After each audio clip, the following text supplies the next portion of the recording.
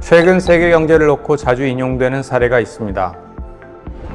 1930년 미국에서 제정된 스무트-홀리 관세법입니다.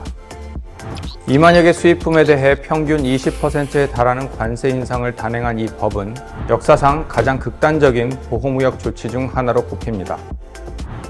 이 법안은 당시 천여 명의 미국 경제학자가 반대 청원을 냈을 정도로 우려가 컸고, 이 우려는 곧바로 현실이 됐습니다. 법 시행 직후 주요 교역국들이 즉각 보복 조치에 나서면서 글로벌 무역 시장은 급격히 위축되었습니다. 도널드 트럼프 미국 대통령 주도로 촉발된 최근의 관세 전쟁은 적어도 현재까진 100년 전 상황과 매우 비슷하게 흘러가고 있습니다. 미국 금융회사 노던 트러스트의 경고는 한 발 더 나아갑니다.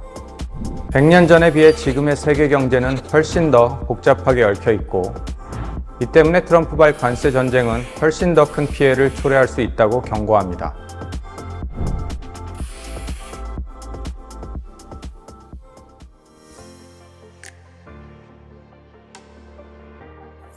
TF가 내다본 올해 세계 경제 성장률은 전년 대비 0.5%포인트 떨어진 2.7%입니다.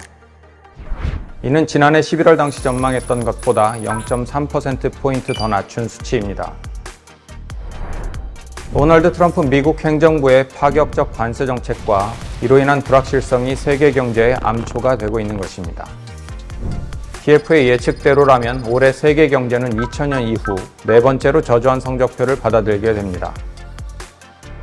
주요 선진국들의 경기 부진이 두드러집니다. 특히 미국의 올해 경제 성장률은 1.3%에 그칠 것으로 전망됩니다. 종전 전망치에 비해 0.8%포인트나 하향 조정됐습니다.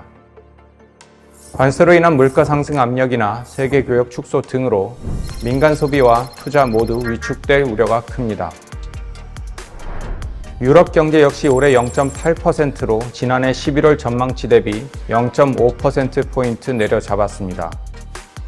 특히 독일, 프랑스, 이탈리아 등은 미국 관세 정책의 후폭풍과 정치적 불안정 등으로 2024년보다 하락한 0%대의 저조한 성장에 머물 전망입니다.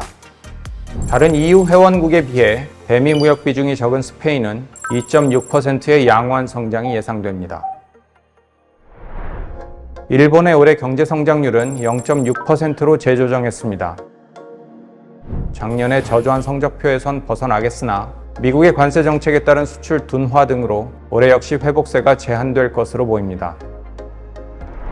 신흥국 가운데선 인도의 견실한 성장세가 눈에 띕니다. 최근 전 세계 주요국 가운데 가장 높은 성장세를 보이고 있는 인도는 올해 역시 6.4%의 고성장을 기록할 전망입니다.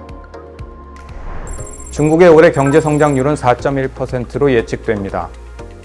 정부가 내수 진작을 위한 경기 부양책을 펼치고 있지만 역시나 수년째 지속되고 있는 미중 갈등 리스크가 큰 장애물입니다. 아세안 5개국의 올해 경제 성장률은 지난해 11월 예측치보다 0.1%포인트 하향 조정된 4.6%로 예상합니다.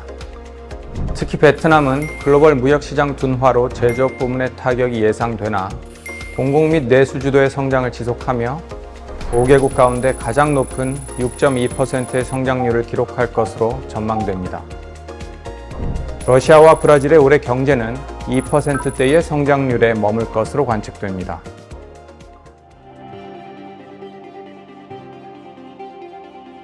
TF가 올해 새롭게 선정한 세계 경제의 키워드는 격변의 무역 질서, 표류하는 세계 경제입니다. 관세 전쟁을 비롯한 자국 보호주의 움직임, 이에 따른 다자 무역 체제 약화, 글로벌 공급망 재편과 블록화 등이 진행되며 과거 자유무역 체제 아래 유지되던 경제 질서는 어디로 갈지 모르는 상황이 되었습니다. 2025년 세계 경제를 억누르는 하방 리스크는 크게 세 가지로 요약됩니다. 첫째는 관세 및 무역 전쟁 격화입니다. 미국의 각종 관세 정책과 상대국의 보복 방침이 악순환처럼 맞물려 글로벌 무역 갈등이 전면화되면 교역과 투자가 급격히 위축될 수 있습니다.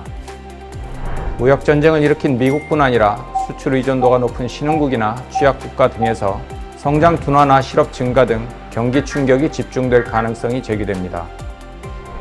그러나 미국과 주요국 간 무역 협상이 적절한 수준에서 잘 타결된다면 전망 상향 요인이 될 수도 있습니다. 둘째, 인플레이션 재발과 통화정책 불확실성입니다. 지금의 세계 경제는 관세로 인한 수입 물가 상승, 에너지 가격 급등, 공급망 차질 등 인플레이션 상승 요소가 산재해 있습니다. 물가를 잡겠다는 목표와 경기 부양 목표가 상충됨에 따라 각국 통화정책 방향에 대한 시장의 예측이 어느 때보다 어려운 데다 각국 통화정책의 동조화 수준도 낮아 정책 혼선 우려가 높습니다. 셋째, 역자산 효과와 금융불안 및 부채 위기입니다. 올해 1분기 기준 전 세계 총 부채 규모는 324조 달러로 사상 최대치이자 세계 GDP의 3배가 넘는 수준에 이르고 있습니다. 코로나 팬데믹 당시의 국가 채무 급증과 과거 저금리 기조 아래 쌓인 부채로 금융 부문의 취약성이 높아져 있습니다.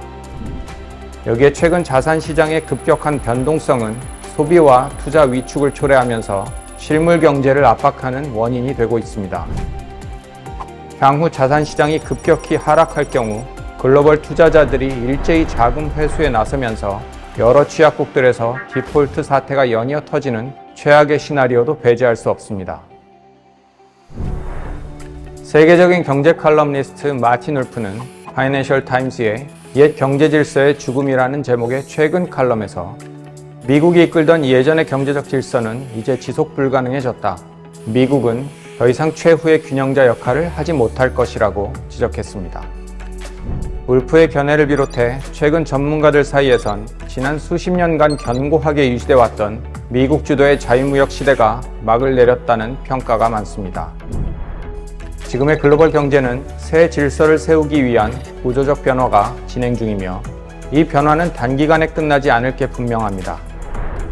이번에 출범하는 신정부는 보다 중장기적 시각에서 통상정책 전반을 재검토할 필요가 있으며 새롭게 확립될 경제 질서에 탄력적으로 대응할 수 있는 정책적 방향성과 구조의 확립을 최우선 정책 과제로 추진해 나가야 할 것입니다.